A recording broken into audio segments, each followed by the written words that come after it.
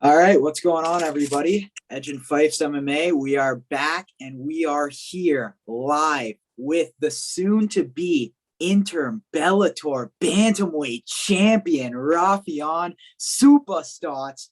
Oh my God, it is Let's go. such a pleasure to be back with you.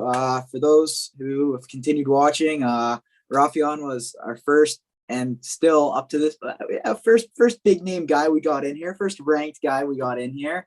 For those wondering how the relationship started, it started off on a bit of a bad note. So, I You know was what I'm saying? calling him out for a Calling me fight out on on Twitter. Twitter. Yeah, but we've I squashed thought the I was beef gonna have to since have then. like a Yeah, coming to Jesus moment, you know what I'm saying? Where we just meet up and do some shit. But yeah. Well, it but could now still we happen. cool. It still happened, just Still friendly might this happen. time. Yeah, Friendly you this never time. know. But Yeah. since then, the relationship, we're boys now. I consider you my Yeah, you boy know what I'm from now saying? on. It's all love. And we talked to him before his fight against fellow Canadian Josh Hill, which was an absolutely amazing performance by you.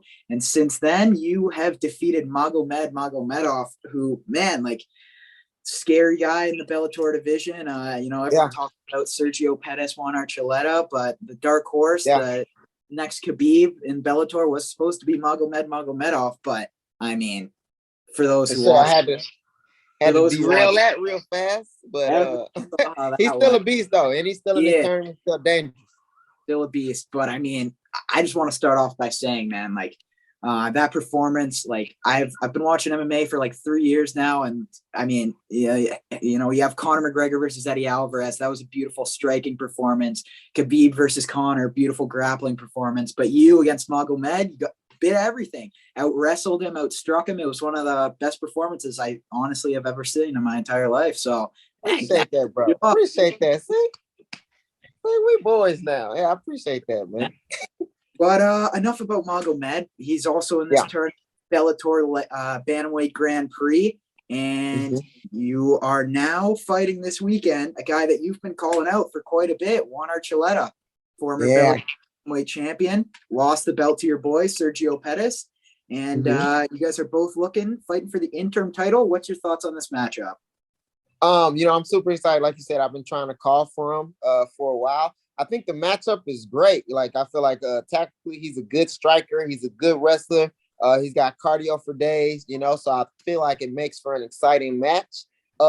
As far as like his mental state and his I just feel like he a bitch, you know what I mean? So straight up, I feel like he's mentally weak and you know what I mean? I just want to kind of attack that in him, bring that out with him or within this fight. So that and I'm super excited. Yeah, I get to fight him because that's how I kind of feel about him. But I got nothing like against him or whatever. That's just what I from afar, and maybe I'm wrong, but that's the sense I get.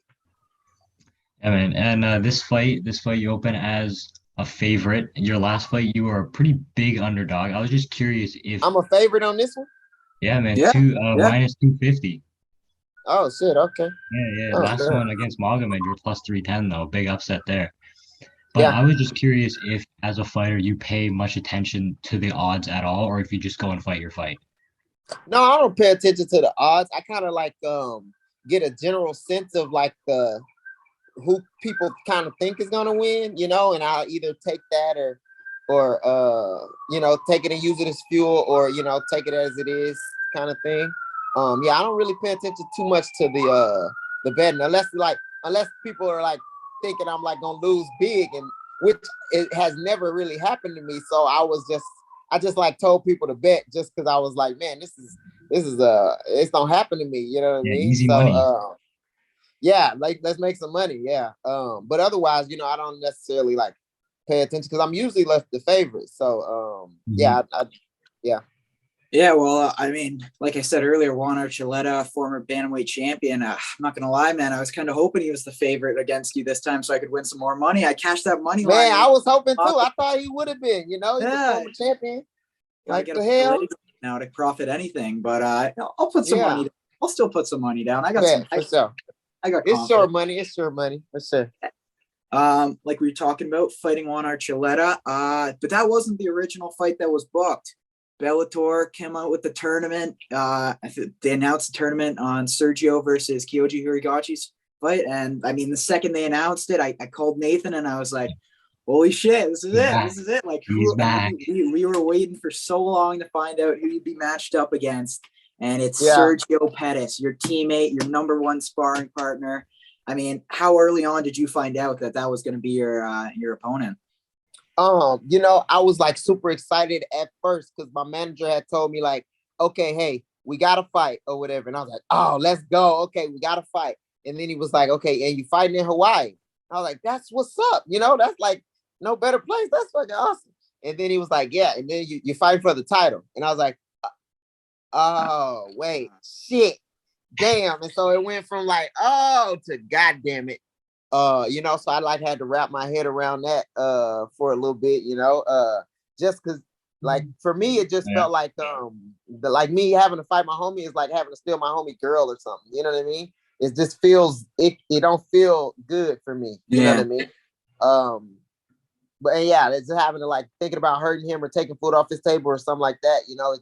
It don't sit right with me. So I was struggling with that for a while. Eventually I got to the point where I was like, you know what? I can't put Sergio's family ahead. It's not fair to my family to put Sergio, ahead of my family. So that's what it ultimately came down to. But yeah, man, it was a little rough in the beginning.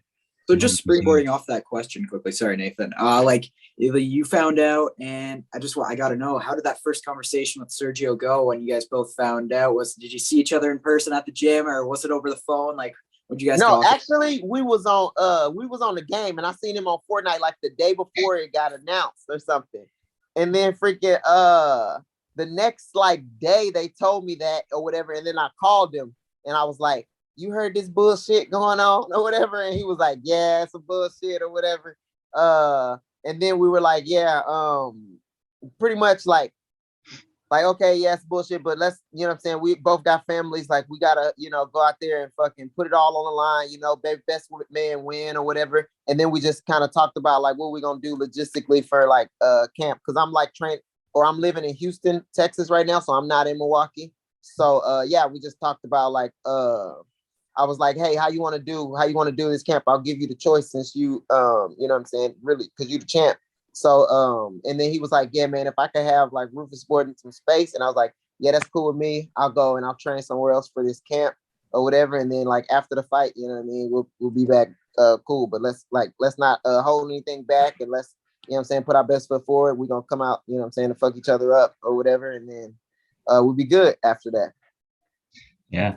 So even though you went from, fighting for the undisputed title to now the interim title, was there almost a bit of a sense of relief that you no longer had to fight Sergio? Oh, definitely is a sense of relief. This is much better for me. I'd much rather have this interim belt than just the feeling of it than to fight Sergio and take his belt. This feels like right to me. And like once me and Serge like unified, like that'll be cool. Then I feel like, that was like best case scenario for me. That, the best case scenario was we meet in the finals of the tournament. And then one of us get to walk away with the belt and $1 million. But so this ain't the best case scenario just because, Serge got hurt. But for me, I feel like it's the best case scenario. Yeah, that's kind of what I was going to ask you also. First example that comes to mind was the last time Tony Ferguson versus Khabib was booked. Tony made a big thing, and actually Justin Gaethje versus Khabib also, both of those two guys were like very prominent on interim title, doesn't mean shit, whatever. But I feel like for you, like you kind of answered the question, like winning this interim title, it must feel just as good, if not better, than winning the undisputed title. Yeah, for me and the situation going on with me, this feels much better, just for my peace of mind, it feels a lot better. All right. So when that bracket got announced and you saw all the people on that list, who's the one guy that you really wanted to fight? Was it Archuleta, or was there someone else that you really wanted to match up with? I really like to fight Horiguchi. I feel like Horiguchi is just like a good matchup stylistically. He's like intriguing because I feel like he's super fast and super elusive, and he stays kind of on the outside. So I just kind of want to see where we match up against each other. You know, I feel like it'd be a great fight. So that's the one fight that like kind of intrigues me. But like everybody in the tournament, I feel like, because I want to fight all these guys in the tournament. Like I literally want to fight every single one of them. So all of them intrigue me. Koraguchi probably intrigues me the most. Yeah, man. I mean, I don't know if it was after the Josh Hill fight or the Magomed fight, but I remember post-fight interview, they called you, they asked what you want, and you said you wanted the tournament. I feel like maybe Scott Coker is listening, and maybe you're the inspiration for the tournament. Like, but since the tournament's been announced, guys like James Gallagher pulled out. Obviously, Sergio got injured. There's a lot of big names, and there's still a lot of big hits. Yeah. But what are your thoughts? What are your thoughts on the tournament as a whole? Like, I know you've been calling it for a while, and now that's all coming into play. Like, how excited for you are? I mean, this was one of the reasons I joined Bellator was because of the $1 million tournament that they provide. And also, I'm like being in the tournament, it's like super fun for me, you know, like not knowing, you know, the different matchups that could possibly be. And for me, like having a schedule for like a year or so of like, okay, if you win this next fight, you got to guarantee next fight. You got to guarantee next fight. That's like huge for me because it's hard to get people to sign a dotted line for me. So, yeah, I'm super excited to be a part of this tournament. All right, man. I know last weekend there was AJ McKee Patricio Pitbull. Weekend before we had Burns Chimaev, then Aljo Yan, which were all some people thought were very controversial decisions. So I was just curious on your thoughts about introducing open scoring to MMA. Would you be in favor of that or no? Yeah, I'd be in favor of open scoring. I feel like that's I mean, it's a way to hold or a way to hold the judges accountable. I feel like is no way like to hold the judges accountable for, you know, what they're seeing or what they want. You know, so that'd be a way, you know, to do it. Cause then it's like, okay, at least because sometimes people think they're winning the fight or they think the judges are judging on a certain thing and then it doesn't like at the end of the fight, they find out that it kind of wasn't. So that'd be a way for people to make some adjustments and, you know, give maybe judges what they want to see. Yeah. So you're talking about the whole fight camp situation with Sergio, who's going where, what's happening with that. Recently, been seeing on your Instagram, you've been working out Extreme Couture. What has that camp switch been like? How has it been working with those guys? What have you learned? Some new things? Yeah, so I've been working with Extreme Couture. The main thing or the coolest thing I feel like at Extreme Couture is just like tons of circulating bodies. You know what I mean?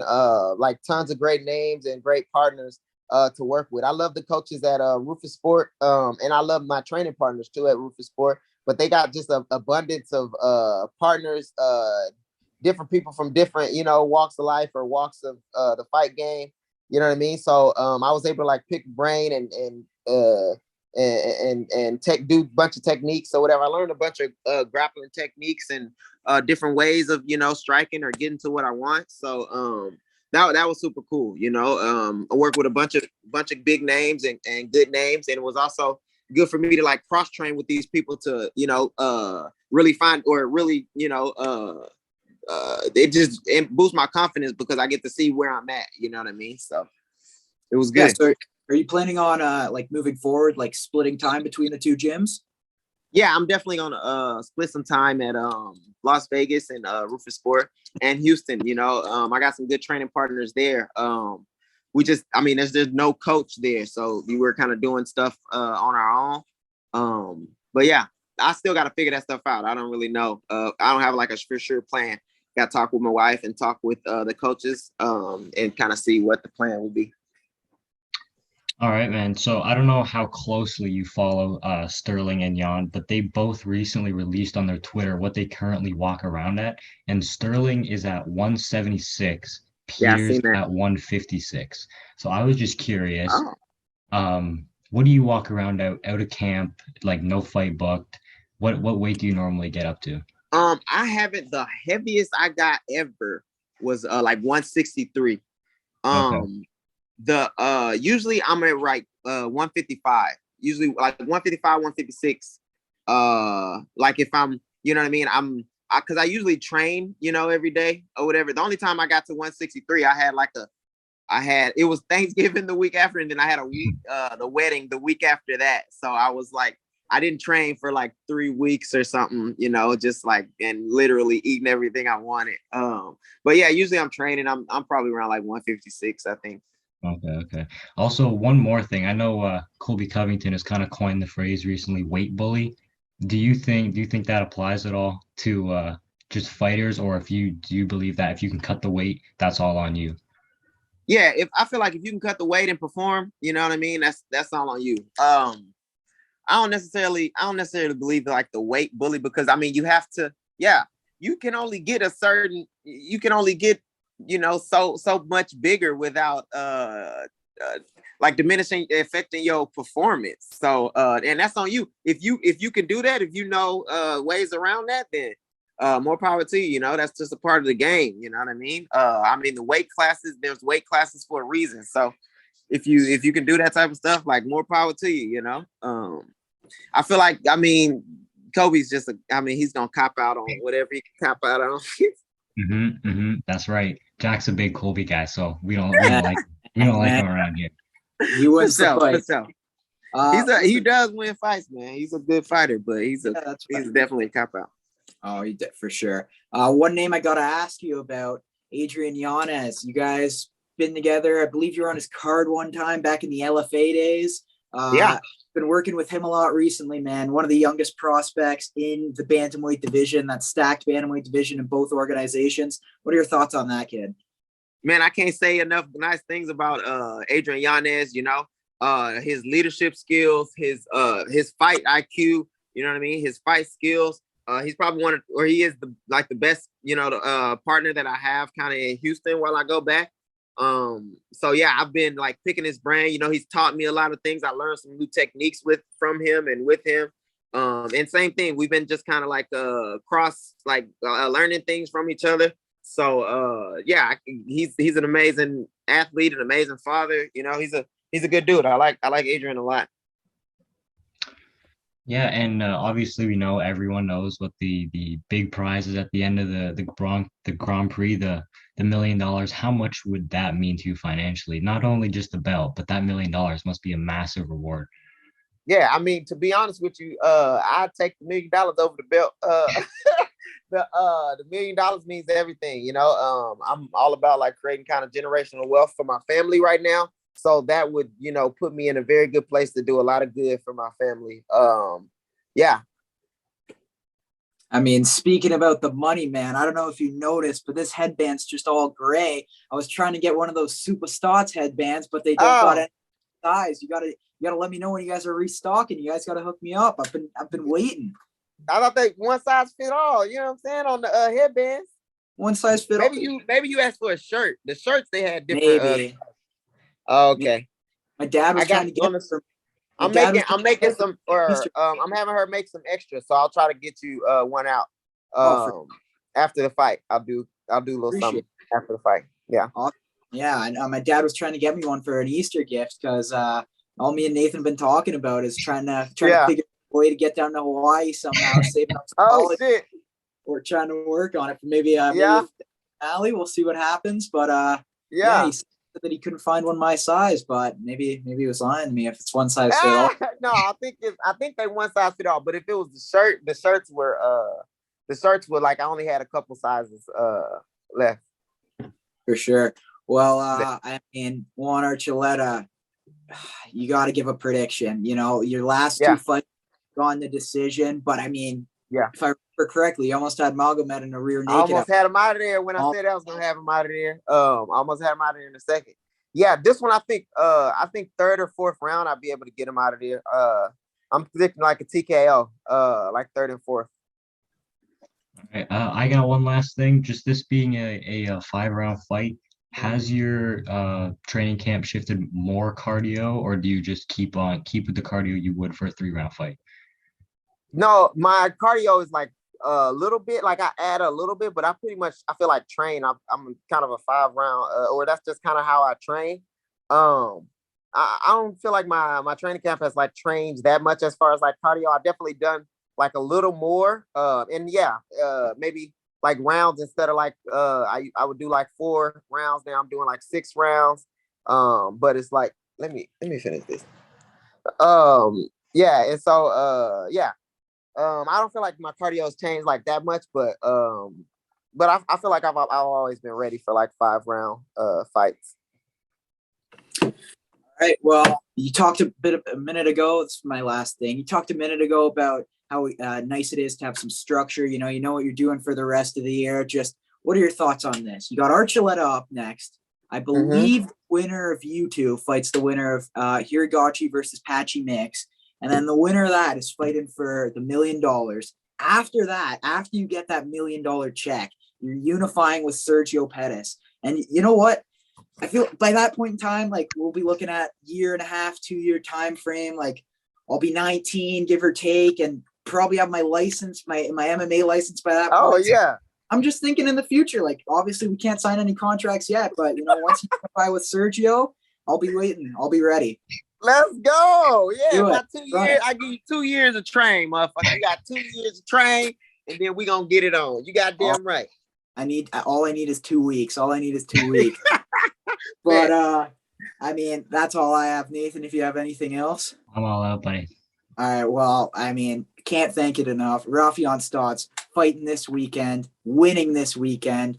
Next time I text you, you'll be the interim champion. I can't wait to see that Instagram post. You're gonna see me on my story, guaranteed. Scream my head off. But I appreciate it all the time, man. Thank you so much for taking the time. Hell yeah, no problem, brother. Awesome. Thank you so much, man. Appreciate it. Later.